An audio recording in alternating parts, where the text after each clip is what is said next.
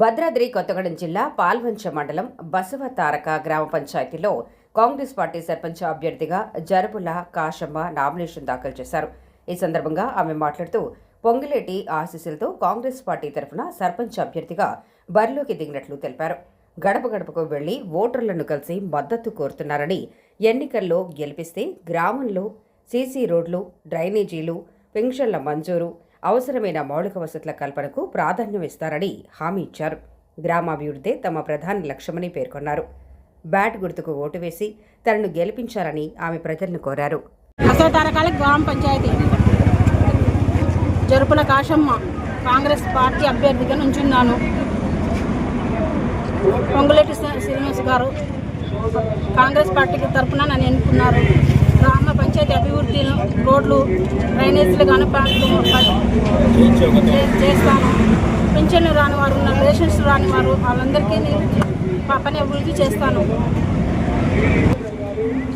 పంచాయతీ ప్రతి ఒక్క పని, రోడ్లు కానీ, డ్రైనేజీలు కానీ, పింఛన్లు కానీ, రేషన్స్ కానీ, ఇల్లు లేని వాళ్ళు కానీ వాళ్ళందరికీ ఇల్లు ఇస్తామని కాంగ్రెస్ పార్టీ తరఫున పని పూర్తిగా చేస్తానని, పంచాయతీకి నా అభివృద్ధి, గ్రామ పంచాయతీ అభివృద్ధి చేస్తానని.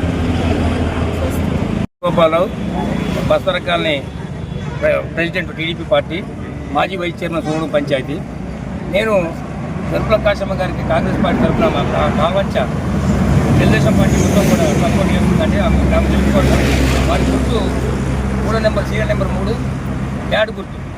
అయితే కాశమ్మ గారికి తెలుగుదేశం పార్టీ ఎందుకు సపోర్ట్ చేస్తుందంటే, పార్టీలకు అతీతంగా వారు ఎంతో కులం మతాలను చూడకుండా ఎంతో మంచి అభివృద్ధి కార్యక్రమాలు చేశారు.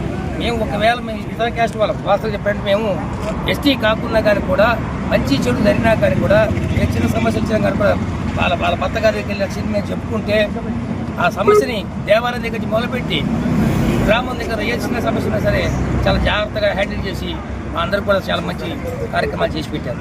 అలాంటి వారిని కనుక మేము పార్టీల కింద కనుక తీసుకొని వాళ్ళని ఓడగొట్టుకుంటే మేము ఉండి కూడా వేస్ట్ సిద్ధాంతంతో పార్టీని, పాల్వంచ పార్టీ, తెలుగుదేశం పార్టీని